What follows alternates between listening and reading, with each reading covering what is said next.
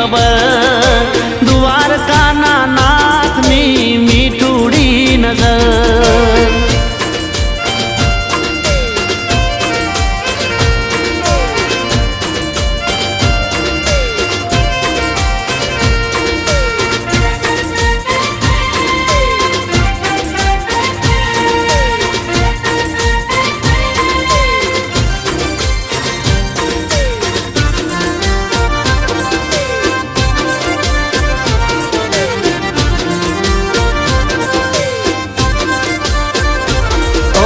જન્મ્યો તું જેલમાં માલ્યો તું મહેલમાં